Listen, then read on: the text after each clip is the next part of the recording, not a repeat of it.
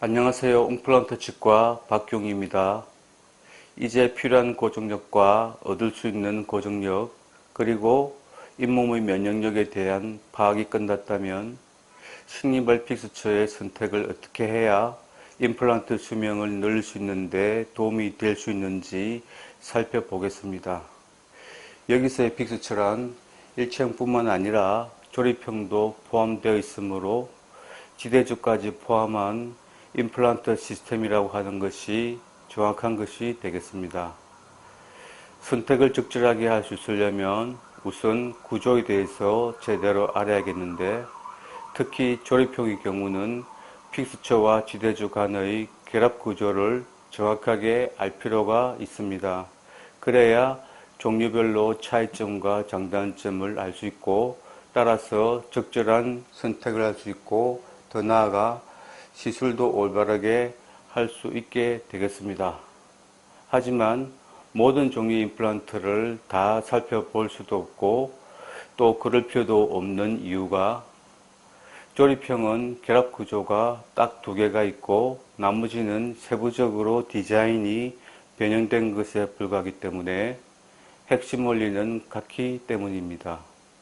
따라서 세간에 흔히 알려져 있는 여러 가지 명칭이나 복잡한 종류는 너무 세부적인 기준에 따라 임플란트를 분류하다 보니 복잡해진 것이라서 거기 따라가다 보면 핵심을 놓칠 수 있기 때문에 간단한 분류법 3개만 우선 기억하시고 나머지는 필요할 때마다 살을 붙여가는 식으로 파악을 하시면 좋을 것 같습니다.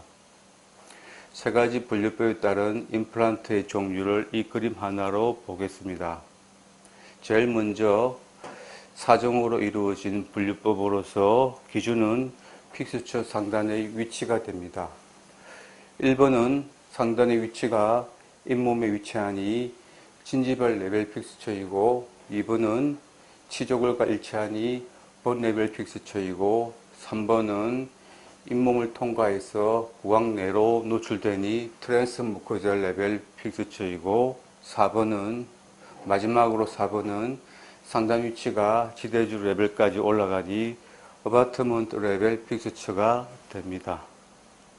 그 다음으로 지대주까지 연결해서 보면 조립형과 일체형이라는 2종으로 이루어진 분류법이 있죠.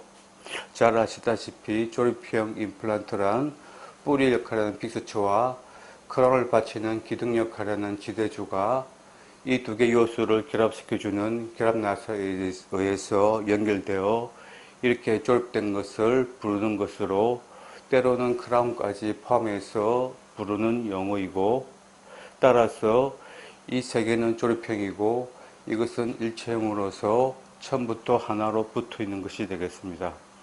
이때 픽스처와 지대주가 서로 간에 결합하는 방식이 기준이 되는 외부 결합형과 내부 결합형 2중으로 이루어진 분류법에 따르면 이것은 픽스처의 외부에서 지대주와 결합하니까 외부 결합형이고, 이 둘은 픽스처의 내부에서 지대주와 결합하니까 내부 결합형이 됩니다. 그래서 종합해보면 각 임플란트는 이러한 이름들로 분류가 됩니다. 보시다시피 조립형은 픽스처와 지대주 간에 결합조가 존재할 수밖에 없는데, 결합구조가 없는 일체형과 비교해서 결합구조가 있다는 자체가 장단점이 있습니다. 다만 픽스처의 지름이 작은 경우에는 단점이 더 크다는 것이 문제입니다. 그리고 조립형도 서로 간에 비교해서 장단점이 있습니다. 그러나 이러한 장단점들을 이해할 수 있으려면 그 전에 픽스처와 지대주의 내부 구조에 대해서 정확하게 알아야 할 필요가 있습니다. 물론 임플란트를 오랫동안 심으시는 원장님이라면 아시겠지만 초보 단계에 있으시는 원장님들은 대부분 어렴풋이 알고 있을 뿐이고 임상적인 의미를 모르실 겁니다. 무시해서 하는 말이 아니라 저의 경우도 그랬기 때문인데, 그 원인은 입문 연수 과정에서 제대로 다뤄지지가 않았어입니다.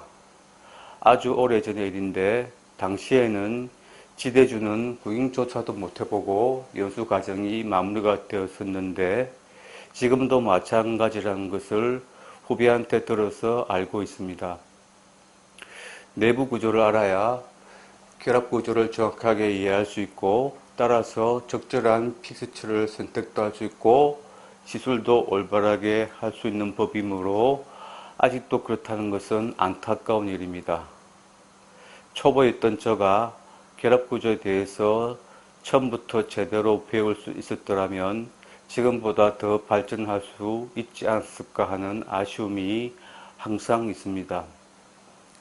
그래서 먼저 외부 결합형의 픽스처 내부 구조를 보면 맨 상단에 픽스처 중앙에 6개의 단면을 가진 육각형의 너트 모양의 회전 방지 구조가 있고 그 중심에 동그란 구멍이 길이 방향으로 아래로 쭉 파져 있습니다. 이 구멍은 결합 나사가 삽입되어 체결되기 위한 구멍이고 구멍의 표면에는 나사선이 만들어져서 나중에 결합 나사의 나사선과 결합합니다. 회전 방지 구조의 길이는 애석하게도 2mm를 넘기지 못합니다.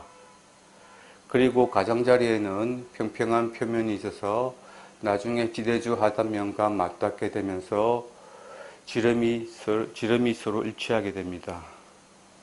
다음은 지대주의 내부 구조를 보면 지대주는 전체적으로 보면 원통형의 모양이고 옆에서 봤을 때 평평한 하단면에서부터 위로 올라가면서 지름이 커지는 부분이 있어 잇몸과 맞닿는데 나중에 이 부분을 커프라고 하고 그 위로 반대로 지름이 작아지면서 위로 올라가는 부분이 있어 크라운을 받치게 됩니다. 그리고 지대의 중심에도 역시 나사 체계를 위한 동그란 구멍이 있어 지대주 전체를 관통하고 있습니다. 다만 하단면의 구멍은 육각단면 형태로 구멍이 나 있어서 픽스처의 육각단면 구조와 맞물리게 되어 있습니다. 그래서 지대주를 픽스처 위로 올려놓고 보면 픽스처와 지대주가 각각 구비된 평평한 수평표면끼리 서로 맞닿아서 지대주가 수직 고정을 확실하게 얻고 있고 픽스처 외부에 있는 육각단면과 지대주 속에 있는 육단면끼리 서로 맞물려서 지대주의 회전이 방지됩니다. 그런데 옆으로는 살짝 건드리기만 해도 지대주가 탈락이 될 정도로 수평 고정력이 없다시피 합니다. 너트가 작고 길이가 짧아서입니다. 그래서 결합 나사가 가운데 구멍에 삽입되어 픽스처 속의 나사와 결합되면서 나사머리 부분이 지대주 단턱을 누리면서 강하게 압박해줘야만이 픽스 지대주가 수평으로도 고정이 됩니다. 이러니 수평 교합력을 받게 되면 지대주가 옆으로 쉽게 흔들리면서 나사머리 부분을 같이 흔들어 주니까 나사가 쉽게 잘 풀리거나 부러진다는 약점이 생깁니다.